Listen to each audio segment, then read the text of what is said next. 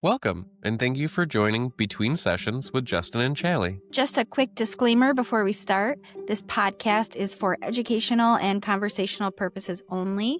It's not intended to replace therapy, counseling, or professional mental health care. We are sharing lived experiences and reflections, not prescriptions, and we encourage our listeners to seek professional guidance when needed. Welcome back, everybody. Thank you for joining us this week. Our topic for this week is going to be the cycle of abuse. Yes. So the cycle of abuse was first introduced in 1979. Okay. So, it was a hot minute ago. Since then, many different variations have come out. We're going to stick to the OG cycle and just kind of break that down as it is. Okay. Sound good? Yeah. Okay. What are the four? So it's four, right? What are the four big umbrella pieces in the cycle of abuse? Okay, so obviously different people called on different things. So step one, well, it's a cycle, but we'll start with step one is tensions are building. So that's step one. Okay. Do you want me to just go through all four first? Yeah. Okay. And then we'll kind of break each one down. All right. Two is the incident. Okay. Three is reconciliation. And then four is that period of calmness. Okay. So 1, 2, 3, 4 steps. Perfect. So starting up at the top with the building stage, is that what it's called? Yeah, where intentions are building, you're Okay. walking on eggshells, waiting for the other shoe to drop.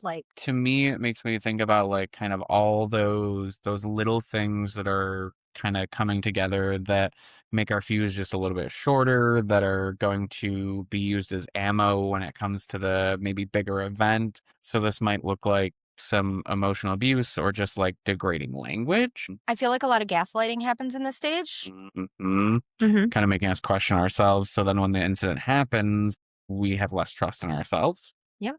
Okay. Also, one part of abuse that we know is that the abuser will try to isolate victim. So that can also happen during this stage. Yeah. Is he finds I say I'm sorry, I have to get better language. It's only because I don't know why, because in my experience, but it Yeah. can be either. So the abuser will find ways to isolate their victim, but they're going to do it in a way where you don't even know they're doing it.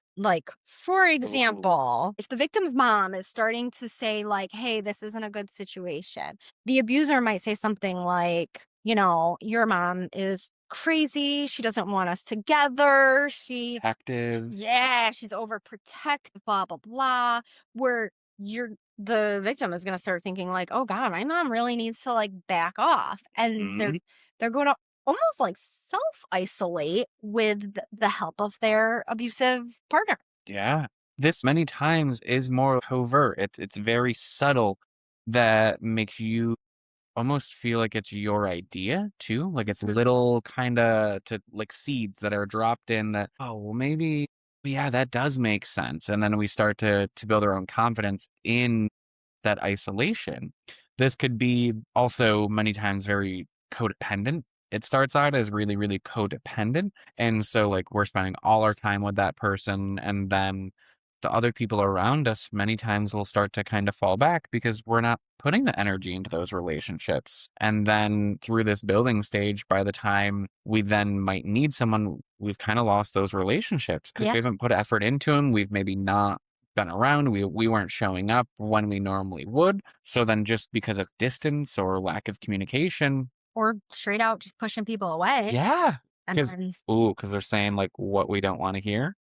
Mm-hmm. That shows up sometimes too. Yeah. And then we get convinced that they're the problem, not the abuser. Mm-hmm. And that can be some really tough statements of, well, see, they're not there for you. I'm always here for you. Yes. Leaving out the fact that, I know. That felt leaving icky. out the fact that they're the reason they're not there for you, but we won't pinpoint that. This can also be through intimidation too. And intimidation does not always look like being this big scary thing that says, don't do this. It could be, well, I'm not going to be here when you get home if you go and hang out with your friend. Mm-hmm. Financial intimidation. Oh. Because a lot of times in these types of abusive relationships, they, like you said, the dependency. So this is where you're going to experience the financial abuse, and it's going to start small, and also safe housing. Yeah. Right? Because a lot of times, if you're not home by 9 p.m., I'm locking the door and you're sleeping on the porch. That doesn't feel good. Like, I'm gonna make a choice that protects my literal well-being over, like, being able to hang out with a friend or being able to go do something that I wanted to. The needs are gonna come over the wants. Yeah.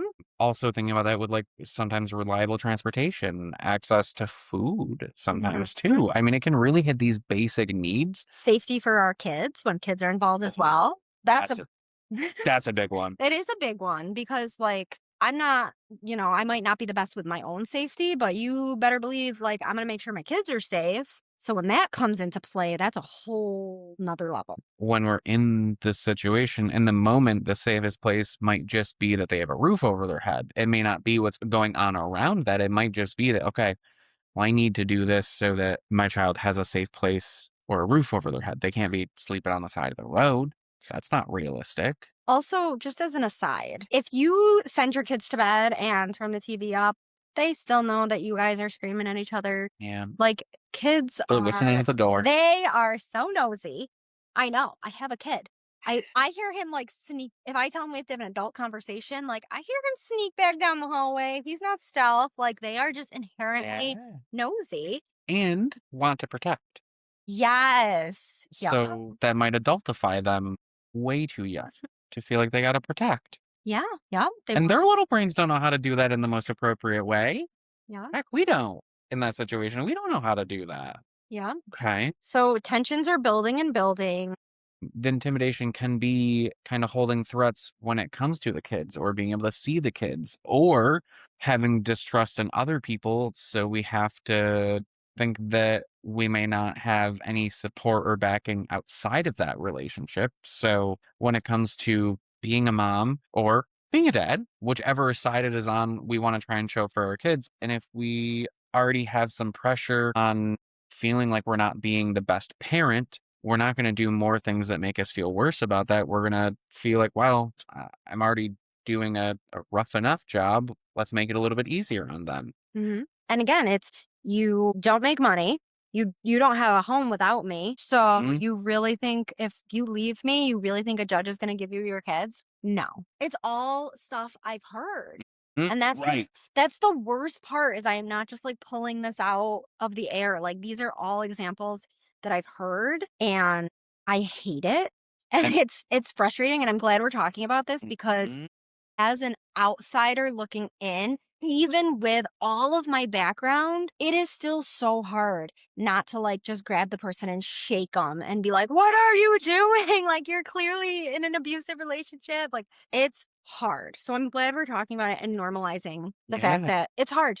I think for me, being a survivor of like a domestic violent relationship, it was something there was not a lot of space to talk about it. There's so much stigma, there's so much judgment that comes to it that you don't, and also you don't want to be a burden on other people. So like this is something that's really hits home for me because it happens so many times in really early relationships and we might see some of those signs but think they're going to get better. So then we stay thinking we can fix, thinking it's going to get better. I can fix them. No, you Yeah, can't. if they don't want to be fixed, they're not going to fix themselves if they don't want to. So even the gender does not matter in this within the relationship. And sometimes you might hit barriers that were completely unexpected because you've already eliminated some of that support. You've put distance between the family, you've put distance between employment or any of the things that can help be supportive factors. Mm-hmm. Huh, okay. All right, you want to move on to step two? Yeah. All right. So step two in the cycle is, oh my gosh, is the incident. Okay. So this is Yeah.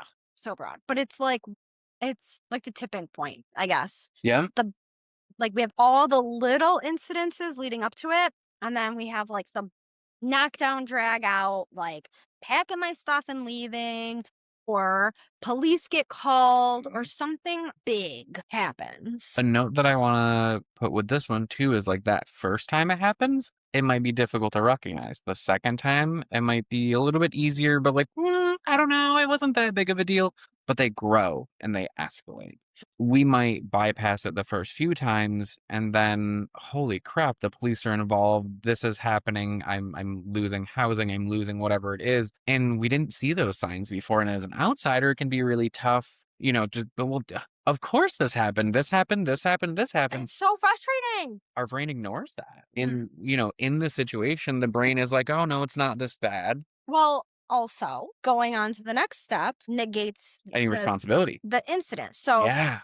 you go from the incident to the reconciliation. So you can maybe acknowledge, like, yeah, the incident was really bad. Reconciliation. This is the love bombing. This is the I'll do anything to make it up to you.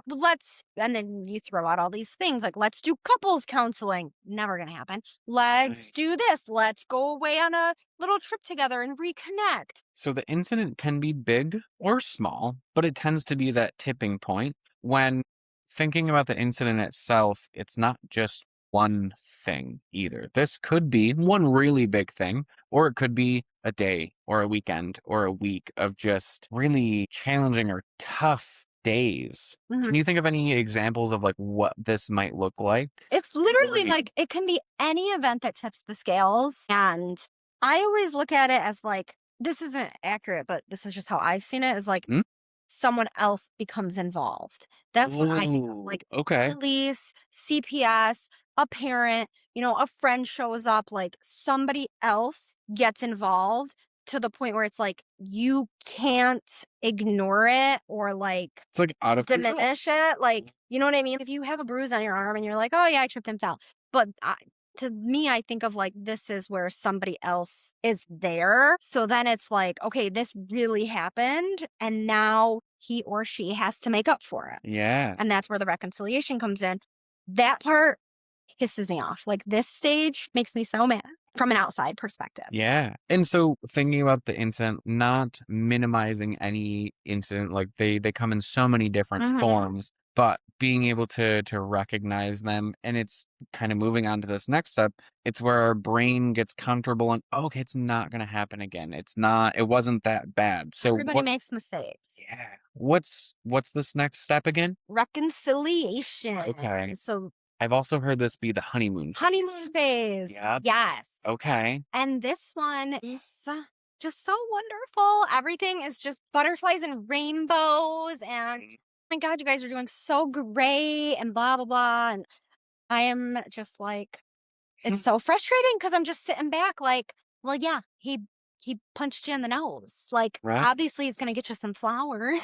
And sometimes this might even be a shift in blame too, where like I've heard it in the sense of like the victim or the survivor taking ownership of I really did things to get on their nerves this. Oh, I it, I shouldn't have done this. And I say this and I don't mean in a joking way, but that is where our brain gets convinced by these really manipulative questions or statements that can shift that blame and almost make us feel like we deserved it. or we both have things we need to work on. Ah, We both did things wrong. yeah. And it's like, and then it slowly shifts to we both did things wrong, but you were worse. And then it shifts to no, you did everything wrong. You made this happen. You shouldn't have said this. You know how I react when you bring that up.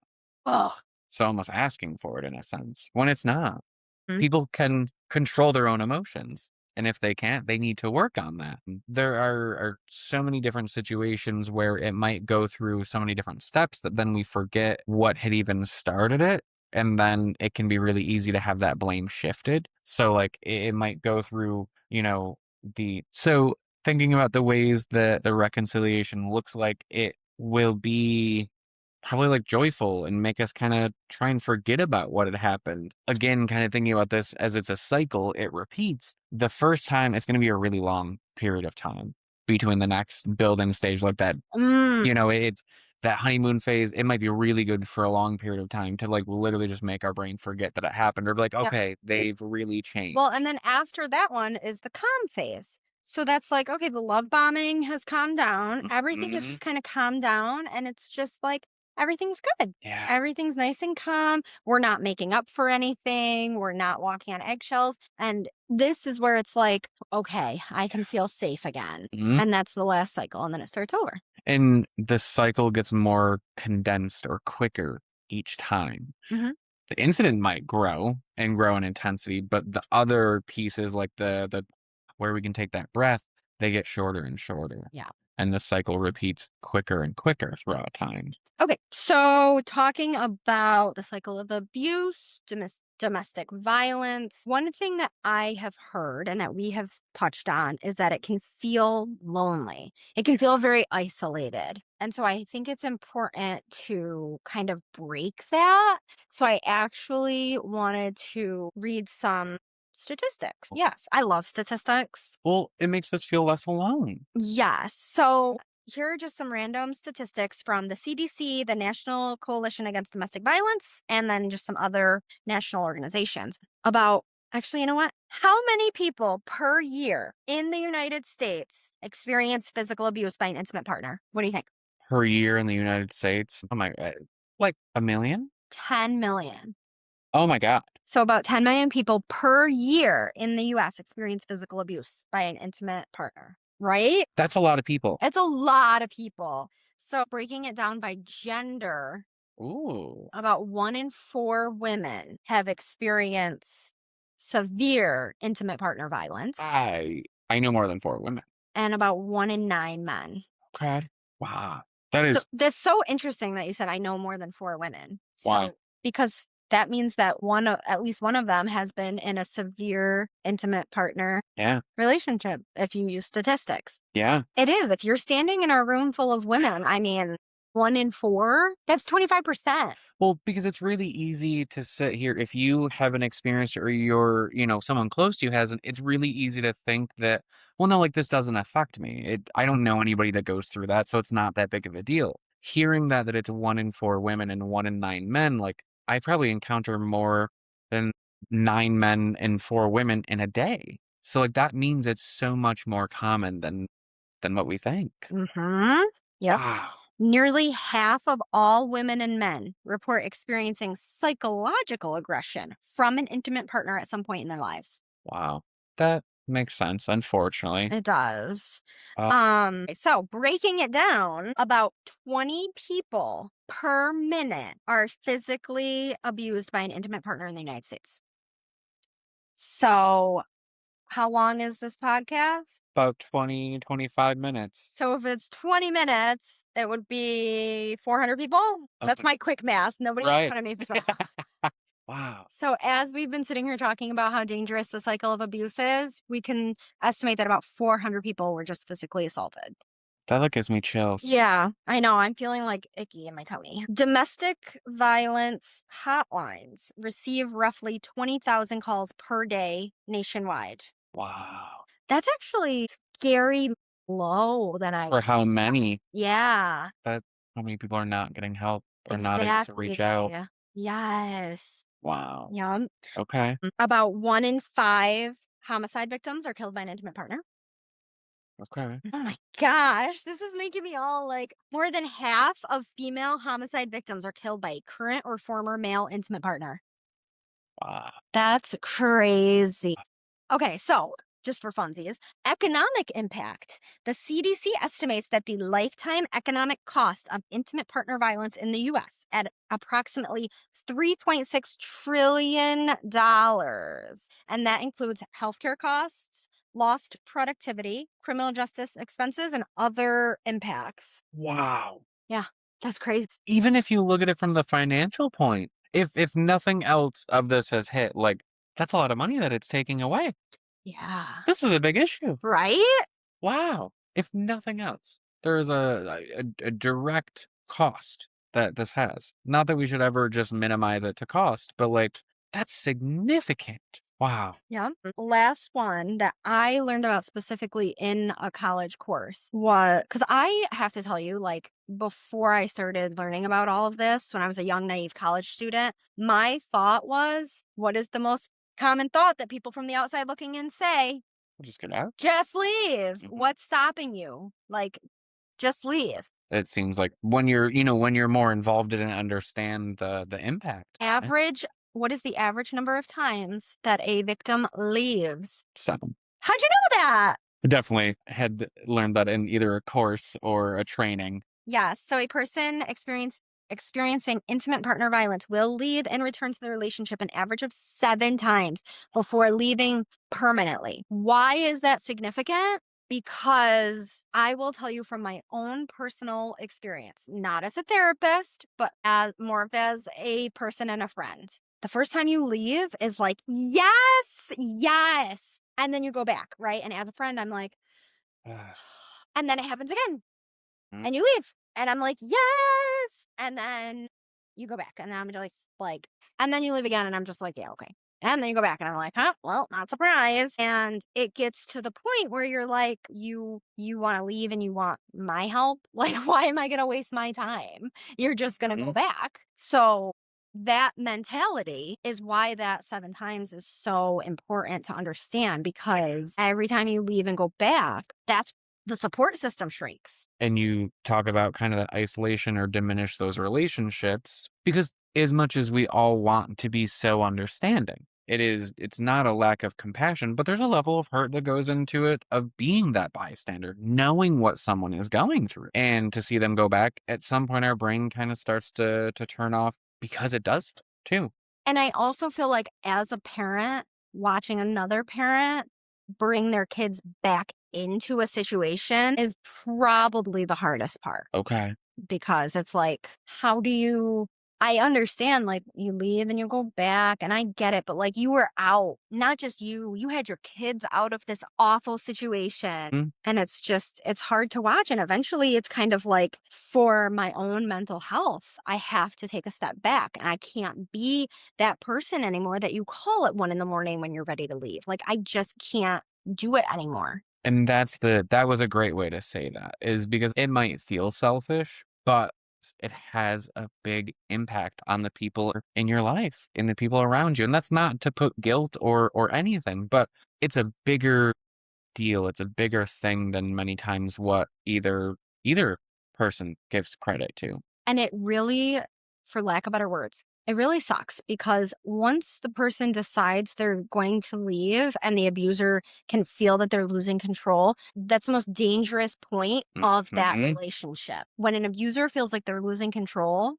they will sometimes go to extremes. Yeah. And that is when the largest number of homicides happen. So talking about how those incidents intensify, if it even becomes more risky the farther out we go in attempts of getting out. Because again, talking about that, it's average. So that means there's some that is that first time out and it's great and that's incredible. The opposite side of that is there's times it's many more than that. Because 7 being the average. Yes. And also, like, not to be a total vibe kill, but 7 is the average, but a lot of people don't survive to 7. Yeah. Because I know the statistic that I heard was, if they aren't killed, it's an average of 7 before they leave for good. Right? Like, so yes, it's very, I think the big takeaway is it's very common, very, very common Mm. for people to leave and return multiple times. And it is not because they aren't trying hard enough, or they don't, want to put in the effort to leave or anything like that. And it's not weakness. It's not Not. weakness. It is so many things, like we talked about: financial abuse, emotional abuse, holding the kids over their heads. It's like, Mhm. come back or I will have your kids taken away. Like, what kind of choice is that? Yeah, Obviously, I'm going to choose to keep my kids. of course. So, all right. So, real quick, yeah, some resources. Okay. Definitely reaching out to your local DV. Advocates, Yeah, DV advocates. resources. A very simple Google search. You Mhm. can contact the 988 line. It's not just for mental health Yeah. emergencies, it's also a great resource. And really, just looking into the resources that are out there, because there are resources that can help you. No matter what anybody tells you, you are not alone. There are so many resources that can help you. And there are so many people out there that want to help you. Most people that work for any type of DV clinic or places are peers that have gone through it and know what you're going through. Even if it's just starting to have the conversations and knowing that we might start to have the conversation and the next day we're not leaving, that's realistic. But Mhm. starting the conversation somewhere can build our confidence, can build our resources, build our support system. So when we do make that choice to leave, we have that support system to fall back on. And you have a plan. A plan. Like, you're not just packing your bags and saying, like, "I don't know, my kids and I might live on the street. I don't know." It's like, no, you have a plan. You've talked Yeah. to the DV advocate. They've got you set up in a hotel that the abuser, won't know about. I mean, there are so many. There's even some that take pets, Yeah. some shelters that take pets. So, And even just building within that the support system because again, individuals being peers, they have that lived experience and have overcome some of those barriers that seem impossible to us in that situation. mhm. What about support or advice for friends Friends. from the outside looking in? I think trying to remember that it's a cycle, that it is a pattern, and not to blame the individual for the cycle that they're in, not attaching that anger to the individual, and understanding that it's the behavior, understanding that it is challenging to leave. And trying to within what is within our capacity and our mental ability to be there for someone, to just know that they are not alone and that can be with some set boundaries. That may not be every time getting up and getting out of bed at 1 o'clock in the morning, but knowing that they're not alone. What do you think? I like that. Yeah, just kind of setting your own boundaries for your own Yeah, mental health, but always just kind of leaving that line open. yeah, Just, I would never want to like close it off completely. I'm just going to sound so petty, but like, I know that's what they want. So I'm not doing it. Like, I know that's what the abuser wants yeah. is they want to cut off all those ties. So just to Mhm. be petty, I don't care. I am not doing it. So that's what I try and tell myself is like, you gotta keep that line open in whatever way is healthy for your own mental health. Yeah. I think also understanding like if we have an individual in our life that we know is experiencing this, becoming more familiar with it. Just Mhm. having more conversations about this because someone that you might talk to may have a solution that worked for one of their friends that might be just a different angle than what you've approached it, that your friend has approached it. So again, that helps with the piece of normalizing it. Not that we want it to be normal for this to happen, but we want it to be normal for people to survive and to get out of this. Yeah, I know what you're saying. Like not normalizing the abuse, normalizing talking about when Yes. stuff Thank happens. you. Yes. So I think being able to have compassion within our ability. Hmm. Okay. I love that. Yeah.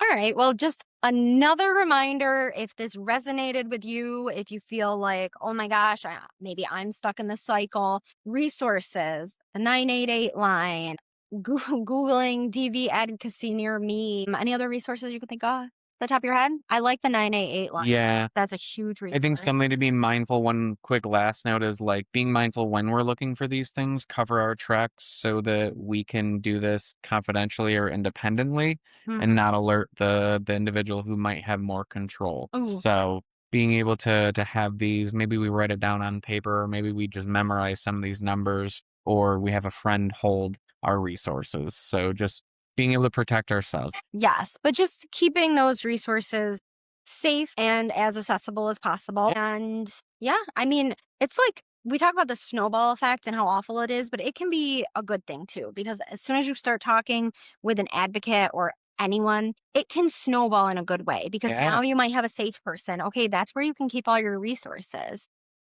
So it's like it can snowball in a good way too. But please, please, please always reach out for help if you can. Yeah. Thank you so much. All right, bye everyone.